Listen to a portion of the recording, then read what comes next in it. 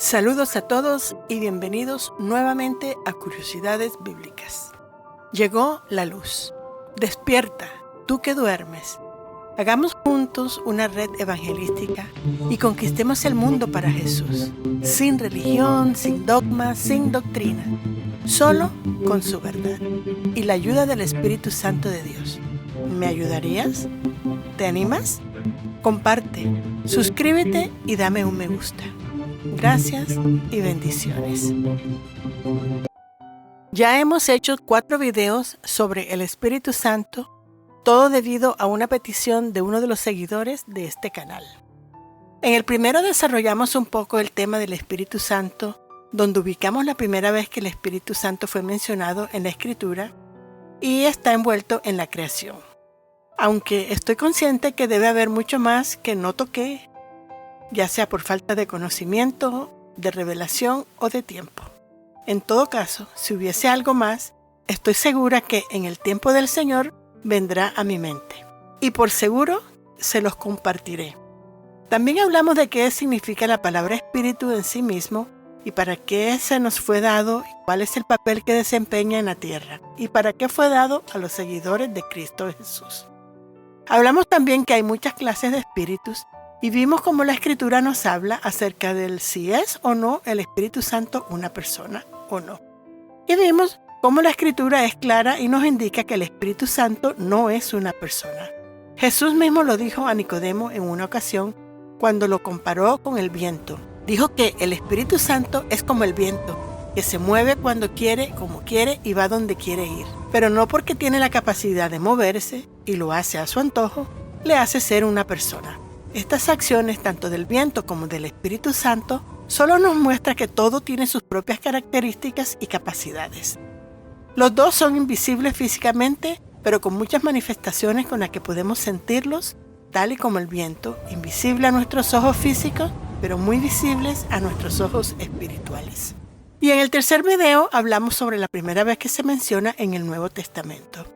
Y vimos que fue precisamente cuando el Espíritu de Dios ungió y santificó tanto a María, la madre de Jesús, como a Jesús antes de su concepción. Y de alguna manera, con esta información, el Espíritu de Dios me llevó a las bodas de Caná, donde ocurrió el primer milagro hecho por Jesús. Y fue en ese punto donde alguien me comentó que no puede entender cómo se puede relacionar el tema del Espíritu de Dios con las bodas de Caná. Y como es mi compromiso de dar respuestas a las preguntas que ustedes tienen, si es que yo tengo la respuesta, te diré, mi amado hermanito, son los caminos misteriosos que caminamos cuando escudriñamos la Escritura, agarraditos de la mano con el Maestro que nos fue enviado para enseñarnos y guiarnos. Ese es el Espíritu Santo, que es como el viento, y solo Él sabe el recorrido que tenemos que tomar para enseñarnos sus verdades. Quizás no encontramos lógica algunas veces sobre este recorrido, pero así fui guiada, porque de veras que al hacer esa relación aprendí algo maravilloso. Y cuando aprendemos más y este conocimiento nos acerca más al Señor, es donde aparece el fruto del Espíritu de Dios, que nos confirma su presencia, y es precisamente del que hablaremos hoy, el gozo. Lo que aprendí en esta meditación, entre otras, fue que María era esa mujer de la que Yahweh habló en Génesis, y por eso el Espíritu de Dios la ungió y santificó antes de la concepción del que le pisaría la cabeza a la serpiente. Y lo supe cuando en las bodas de Caná Jesús llama despectivamente con el sustantivo mujer a su madre. Ella era la única que de veras sabía quién era Jesús, y por eso ella se acercó a él, porque sabía que era el único que los podría salvar de esa vergüenza de que se les haya terminado el vino. Y María, siendo su madre, sabiendo que ella había sido escogida y llena de la gracia de Dios, supo reconocer su lugar delante de Jesús, su Hijo. Por eso, ella no le insistió, pero ella sabía que Él haría lo que tenía que hacer. Y por eso le dijo a los siervos, hagan lo que Él les ordene hacer. Espero, hermanito, que te haya ayudado un poco a comprender cuál fue la relación entre el Espíritu Santo y las bodas de Caná. Es una meditación muy interesante y hermosa que también les recomiendo verla. Y por último, comenzamos con el fruto del Espíritu Santo y hablamos sobre el amor. Ahora sí vamos a comenzar con nuestra meditación de esta semana. y lo haremos haciendo una breve reseña acerca del fruto del Espíritu Santo. Y es que el fruto del Espíritu Santo es uno solo. Y yo me había preguntado que cómo puede ser posible que un solo fruto y sin embargo se habla de otros frutos. Yo no lo podía comprender. Pero en una ocasión, en una de esas dudas o preguntas que yo siempre le exponía al Señor y que no había respuesta para mí, tuve un sueño en donde vi un fruto, y ese fruto era el de la granada. Yo no le conocía, nunca había escuchado de su existencia, pero en el sueño vi que ese fruto, cuando se partía por la mitad, él tenía en su interior muchas semillas. Y supe en el sueño que el fruto del Espíritu Santo, como ese fruto, un fruto con muchas semillas por dentro. Yo me quedé maravillada de ver que el Señor me respondió la razón por la que ese fruto tenía tantas manifestaciones siendo un solo fruto. Pero si ustedes ya me conocen, por supuesto que comencé a averiguar acerca de ese fruto. Y miren lo que descubrí. Los granos que se encuentran dentro del fruto de la granada son diferentes entre ellos en sus formas y tamaños. No es mucha la diferencia, pero hay diferencia. Es decir, cada semilla tiene su propia forma, pero idénticas en su esencia. Y están agrupadas formando un solo cuerpo o conjunto. Y son muy difíciles de desprenderlas de la cáscara del fruto. El conjunto de ellas demuestra que, a pesar de ser diferentes entre sí o en sus particulares formas, pueden unificarse y formar un solo cuerpo fuerte y unido. Además, el hecho de que todas ellas están pegaditas también simboliza la unión de la familia, un elemento muy clave en la religión judía. Ellos consideran que la forma en que ellos se agrupan dificultan su separación, y esa unión es similar a la unión que debe haber entre los miembros de una familia. El fruto tiene un sabor que oscila entre lo dulce y lo amargo. Descubrí también que la granada, o rimón en hebreo, son originarias de Asia Central y se cultivaron por primera vez en Persia durante el año 3000 a.C., distribuyéndose después su cultivo hacia Babilonia, Egipto e India. Llegó a Israel desde Irán hace aproximadamente 6000 años. Ese fruto se convirtió en un fruto muy importante para los judíos. Es un símbolo de la fertilidad, abundancia y prosperidad para los hebreos y otras culturas. Los judíos tienen la costumbre que en la cena de la noche de la fiesta de Rosh Hashanah, o Año Nuevo, utilizan algunas semillas de esta fruta en la cena, orando a Yahweh para que les den un año de bendiciones, y comen las semillas de una granada. Esas semillas fueron contadas numerosas veces y en general contaron que contenían 613 semillas, que equivalen a los 613 preceptos o mitzvah de la Torá. Y para ellos, esto representa que si ellos cumplen los 613 preceptos, serán bendecidos por Yahweh. Como semillas, cada vez que usted siembra una de esas semillas, sale una planta. Y cada planta debe producir el mismo fruto, es decir, una granada con las mismas semillas dentro de ella que la planta original. Es posible cultivar el árbol de la granada a partir de una semilla guardada de la fruta, pero el árbol tardará muchos años en alcanzar la madurez y no tendrá garantía de obtener una cosecha con frutos. Sin embargo, las granadas se pueden cultivar a partir de esquejes, es decir, cortando algunas ramas del árbol original, tendrán más posibilidades de cultivar con éxito su esqueje para que produzcan frutos que necesitarán por lo menos 5 años para dar frutos. Ahora que sabemos bastante acerca de la granada, llegó el tiempo de hacer la aplicación espiritual de todo esto que acabamos de escuchar. El nombre de ese fruto aparece en la Escritura 32 veces. Y la primera vez que ella aparece fue en el libro de Éxodo 28 del 33 al 34. Leamos. Y harás en su borde inferior granadas de tela azul, púrpura y escarlata alrededor en todo su borde.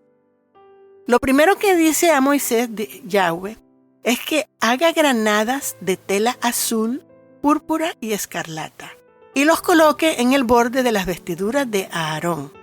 Y ya sabemos que la granada tipifica el fruto del Espíritu Santo. Y también cada color tiene sus propios significados que aparecen en la Escritura. Significado del color azul en la Escritura representa o simboliza la santidad y fidelidad hacia Yahweh. Este significado o representación lo podemos leer en Números 37 al 41. También habló el Señor a Moisés, diciendo: Habla a los hijos de Israel, y diles que se hagan flecos en los bordes de sus vestidos, por sus generaciones, y que pongan en el fleco de cada borde un cordón azul. Y os servirá el fleco, para que cuando lo veáis, os acordéis de todos los mandamientos del Señor, a fin de que los cumpláis y no sigáis vuestro corazón, ni vuestros ojos, tras los cuales os habéis prostituido. Para que os acordéis de cumplir todos mis mandamientos, y seáis santos a vuestro Dios. Yo soy el Señor vuestro Dios, que os saqué de la tierra de Egipto, para ser vuestro Dios. Yo soy el Señor vuestro Dios. Los flecos son llamados tzitzi en hebreo, y es lo que los varones judíos deben siempre llevar encima de ellos, las granadas de estos tres colores que les recordarán los mandamientos divinos que deben cumplir para mantenerse santos delante de Yahweh. De manera que las granadas que están juntas con los tzitzis de sus vestidos. Se les recuerda que deben dar el fruto del Espíritu Santo. Las granadas púrpuras representan la majestad y el poder divino. La tinta púrpura tiene un precio muy elevado debido a la dificultad de conseguir los moluscos de donde se extraía la tinta para lograr ese color, que solo los reyes y sacerdotes o personas muy ricas podían pagar o usarlo. El precio más alto pagado por seguir la guianza de aquel que lo guiaba a vivir una vida en completa santidad y así poder tener el privilegio de usar púrpura, escarlata o rojo en sus vestiduras, fue hecho por Jesucristo. Al morir en la cruz, esos moluscos de donde se sacaba la tinta para poder sacar esos colores no pudieron ser más difíciles y costosos que la misma sangre de Cristo, y que ahora nos da el honor a los que al igual que Él buscamos la santidad con el mismo Espíritu Santo que lo guió a Él. Esto lo podemos ver en Esther 8:15 que leo. Entonces Mardoqueo salió de la presencia del rey, en vestiduras reales de azul y blanco, con una gran corona de oro, y un manto de lino fino y púrpura. Y las granadas son de color escarlatas. Isaías 1:18 nos dice que Venid ahora, y razonemos, dice el Señor, aunque vuestros pecados sean como la grana, como la nieve serán emblanquecidos, aunque sean rojos como el carmesí, como blanca lana, quedarán. y esto sucede por la gracia del Espíritu Santo. Por esto, ese color se asocia con el gozo, el sacrificio y el coraje, que se obtiene cuando tenemos el Espíritu Santo moviéndose en nosotros.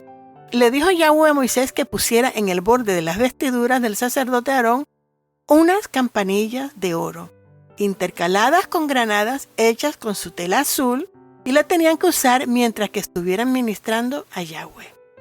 Y el texto continúa diciendo así. Y entre ellas, también alrededor, campanillas de oro, una campanilla de oro y una granada, otra campanilla de oro y otra granada, y así alrededor de todo el borde del manto. Y estará sobre Aarón cuando ministre, y el tintineo se oirá, cuando entre en el lugar santo delante del Señor, y cuando salga, para que no muera. Para que no muera. Como vemos, por la gracia del Espíritu Santo en sus vestiduras, debe haber unas campanitas intercaladas con las granadas de esos colores mencionados. ¿Para qué las campanitas? Para que no mueran, para que estén apercibidos si están o no permaneciendo en santidad delante de Yahweh. ¿No es esto hermosísimo? ¡Wow! Me maravillo. Es con el fruto del Espíritu Santo que podemos mantenernos alertas. Y aquí vemos una de las aplicaciones espirituales del fruto del Espíritu Santo con el simbolismo de la granada. También nos los menciona como símbolo de bendición, abundancia y prosperidad. Y esta la encontramos en Deuteronomio cuando fueron a la tierra prometida para ser investigada. Leamos Deuteronomio 8, 7 al 10. Porque el Señor tu Dios te trae a una tierra buena, a una tierra de corrientes de aguas, de fuentes y manantiales que fluyen por valles y colinas, una tierra de trigo y cebada, de viñas, higueras y granados, una tierra de aceite de oliva y miel, una tierra donde comerás el pan sin escasez, donde nada te faltará, una tierra cuyas piedras son hierro, y de cuyos montes puedes sacar cobre. Cuando hayas comido y te hayas saciado, bendecirás al Señor tu Dios por la buena tierra que Él te ha dado. Bendecirás al Señor tu Dios por la buena tierra que Él te ha dado. Y como vemos, los judíos hasta para tomar un vaso con agua, santifican y bendicen a Dios. Miren esta hermosura. Nuestra decoración mayor nos la da el estar embestidos con el poder del Espíritu Santo. Y es por eso que cuando llegó la hora de embestir a los discípulos de Jesús con el poder del Espíritu Santo, todos notaron la diferencia en ellos. Estaban operando de una manera diferente a lo usual. Tenían un poder que hasta ahora no había sido manifiesto. El poder del Espíritu Santo cayó sobre ellos, los que estaban apercibidos de cumplir los mandamientos que Jesús les había dado antes de partir. El que siguió la orden de esperar ese tiempo en el aposento alto, lo consiguió. Ese fruto también fue utilizado como adorno en el templo de Salomón. Primera de Reyes 7:20 que leo. Y había también capiteles sobre las 2 columnas, junto a la protuberancia, que estaba al lado de la malla, y había 200 granadas en hileras, alrededor de los 2 capiteles. Y como símbolo de manifestación de pasión y amor, donde el amado habla a su amada, lo podemos encontrar en Cantares 4:3 que leo. Tus labios son como hilo de escarlata, y tu boca, encantadora. Tus mejillas, como mitades de granada, detrás de tu velo. ¡Qué hermosura! Cantares 6:11 dice: Descendí al huerto de los nogales, para ver el verdor del valle, para ver si la vid había retoñado, si los granados habían florecido. Si los granados habían florecido. Y esto me pareció tan hermoso compartir esta experiencia y descubriendo con ustedes. Y ahora puedo entender perfectamente por qué el fruto del Espíritu tiene tanta manifestación siendo un solo fruto. Dice que la granada tiene un sabor agridulce.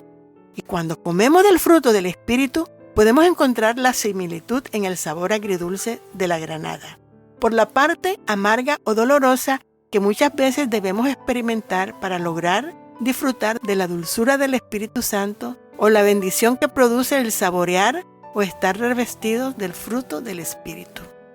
Así que hoy estamos hablando de la otra semilla del fruto del Espíritu, que es el gozo. Y el gozo que estoy sintiendo cuando preparo esta meditación, no se lo pueden quizás imaginar. Es maravilloso. En el griego ya vimos que gozo es chará y se trata de una alegría muy inmensa. Esta palabra proviene del latín gaudium, que es la alegría tan intensa que produce el recordar o poseer algo muy apetecible, por lo tanto, genera la acción apropiada que produce en el sujeto una alegría incontenible y exuberante. Una felicidad al sujeto que siente ese gozo. Como les estoy diciendo, es tan maravilloso y estoy viviendo el gozo del Señor con esta enseñanza. Recuerden que les dije que el fruto de la granada tiene un sabor que oscila entre lo dulzor y lo amargo. Bueno, María fue santificada y ungida porque Dios sabía que ella tenía en su corazón disponibilidad a obedecer al Padre. Y en la boda de Caná lo demostró. Y ahora Pedro nos dice que la obra santificadora del Espíritu Santo es para que obedezcamos. Leamos Primera de Pedro del 1 al 2. Dice: según el previo conocimiento de Dios Padre, por la obra santificadora del Espíritu, para obedecer a Jesucristo y ser rociados con su sangre, que la gracia y la paz. Y continúa el texto, pero hasta ahí quería llegarlo. Bueno, Primera de Pedro nos sigue recordando algo muy espectacular. Leamos. Bendito sea el Dios y Padre de nuestro Señor Jesucristo, quien según su gran misericordia nos ha hecho nacer de nuevo a una esperanza viva mediante la resurrección de Jesucristo de entre los muertos, para obtener una herencia incorruptible, inmaculada, y que no se marchitará, reservada en los cielos para vosotros, que sois protegidos por el poder de Dios mediante la fe, para la salvación que está preparada para ser revelada en el último tiempo. En lo cual os regocijáis grandemente, aunque ahora, por un poco de tiempo si es necesario, seáis afligidos con diversas pruebas, para que la prueba de vuestra fe, más preciosa que el oro que perece, aunque probado por fuego, sea hallada que resulta en alabanza, gloria y honor en la revelación de Jesucristo, a quien sin haberle visto, le amáis, a quien ahora no veis, pero creéis en él, y os regocijáis grandemente, con gozo inefable y lleno de gloria, obteniendo, como resultado de vuestra fe, la salvación de vuestras almas. Y Hebreos 12:1 al 8 nos dice: Por tanto, puesto que tenemos en derredor nuestro tan gran nube de testigos, despojémonos también de todo peso y del pecado que tan fácilmente nos envuelve, y corramos con paciencia la carrera que tenemos por delante, puestos los ojos en Jesús, el autor y consumador de la fe, quien por el gozo puesto delante de él, soportó la cruz, menospreciando la vergüenza, y se ha sentado a la diestra del trono de Dios. Considerad, pues, a aquel que soportó tal hostilidad de los pecadores contra sí mismo, para que no os canséis ni os desaniméis en vuestro corazón. Porque todavía, en vuestra lucha contra el pecado, no habéis resistido hasta el punto de derramar sangre. Además, habéis olvidado la exhortación que como a hijo se os dirige: Hijo mío, no tengas en poco la disciplina del Señor, ni te desanimes al ser reprendido por él, porque el Señor al que ama, disciplina y azota a todo el que recibe por hijo. Es para vuestra corrección que sufrís, Dios os trata como a hijos, porque ¿qué hijo haya quien su padre no desapruebe? Pero si estáis sin disciplina, de la cual todos han sido hechos participantes, entonces sois hijos ilegítimos y no hijos verdaderos. De manera que experimentar el gozo que produce el Espíritu Santo no depende de las circunstancias que estamos viviendo. Todos estos sufrimientos son temporales, y el saber eso debe producir el gozo del Señor en nosotros y nos da la fuerza para seguir en nuestro camino. Mateo 25:21 lo pone de esta manera: Después de mucho tiempo vino el señor de aquellos siervos y arregló cuentas con ellos. Y llegando el que había recibido los 5 talentos, trajo otros 5 talentos, diciendo: Señor, me entregaste 5 talentos, mira, he ganado otros 5 talentos. Su señor le dijo: Bien, siervo bueno y fiel, en lo poco fuiste fiel, sobre mucho te pondré, entra en el gozo de tu señor. Y para terminar con la semilla del gozo, mencionaré lo que nos dice Santiago 1:2 al 4. Tened por sumo gozo, hermanos míos, el que os halléis en diversas pruebas, sabiendo que la prueba de vuestra fe produce paciencia, y que la paciencia tenga su perfecto resultado, para que seáis perfectos y completos, sin que os falte nada. ¿Ven cómo están unidos las semillas del fruto del Espíritu Santo? Las pruebas produce el sumo gozo, produce fe y paciencia en nosotros.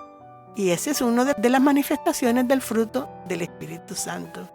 Y con esto terminamos nuestra meditación de esta semana, no sin antes recordarles que por favor no dejen que nadie les lea la Escritura. Léanla ustedes mismos, que nadie le cuente, solo se lo confirmen. Por favor, denle un me gusta al video para que sea promovido y así más escuchen de la verdad de Dios y su justicia sea hecha en la tierra. Sin más, bendiciones. Shalom, shalom.